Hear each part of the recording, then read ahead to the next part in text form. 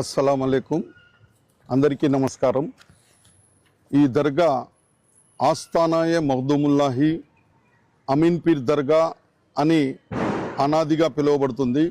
ఈ దర్గా యొక్క ఆది గురువు హజరత్ ఖాజా సయ్యద్ షా పీరుల్లా మొహమ్మదుల్ హుసేని చిష్టిఉల్ ఖాదరీ గురువు, సర్వసంగ పరిత్యాగి, జీవ సమాధి అయినటువంటి ఈ గురువు ఈ దర్గాకి ఆది గురువు గారు।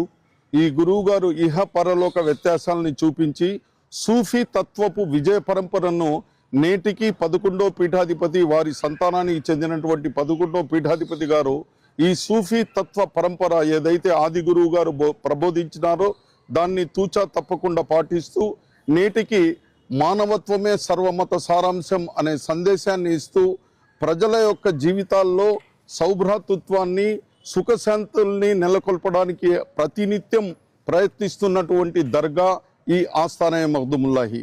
ఈ దర్గా పీఠాధిపతులలో, ఈ దర్గా గురువులలో ఖండయోగాసనం చేసినటువంటి గురువులు ఉన్నారు, మరియు పరశువేది విద్య తెలిసినటువంటి గురువులు ఉన్నారు।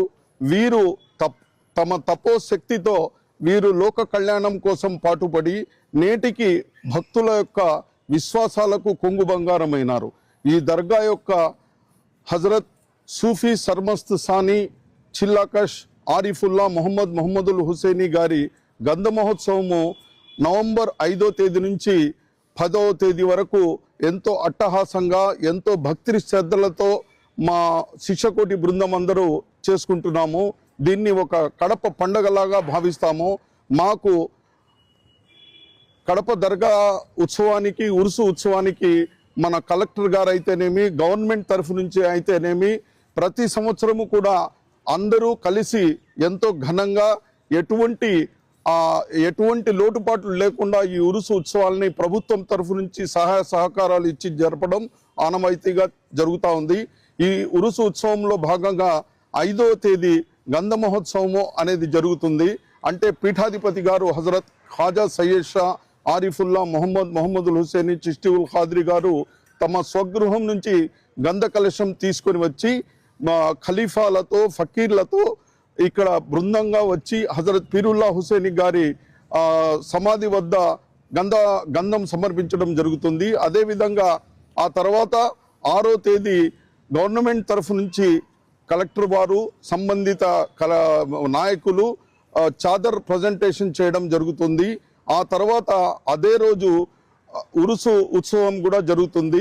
ఆ క్రమంలో ఒక ఖవ్వాలి ప్రోగ్రాం కూడా పెడతారు। 7వ తేదీ మరీ ముఖ్యంగా భారతీయ కవి సమ్మేళనం, ఉర్దూ కవి సమ్మేళనం జరుగుతుంది। ఈ ఉర్దూ కవి సమ్మేళనంలో దేశ నలుమూలల నుంచి ఉర్దూ పాండిత్యం గల కవు పుంగములు వచ్చి ఇందులో ఈ కవి సమ్మేళనాన్ని ఎంతో దిగ్విజయం చేస్తారు। ఈ దర్గా పీఠాధిపతి వారు పువ్వు పుట్టగానే పరిమళిస్తుంది అనే చందాన 11వ ఏట ఈ దర్గాకి 11వ పీఠాధిపతి కావడం విశేషం। ఈ దర్గాకి మరొక బ్రాంచ్ అన్నమయ్య జిల్లా పెద్దమండం మండలం కలిచర్ల గ్రామంలో ఈ దర్గా యొక్క ఇంకో బ్రాంచ్ ఉంది।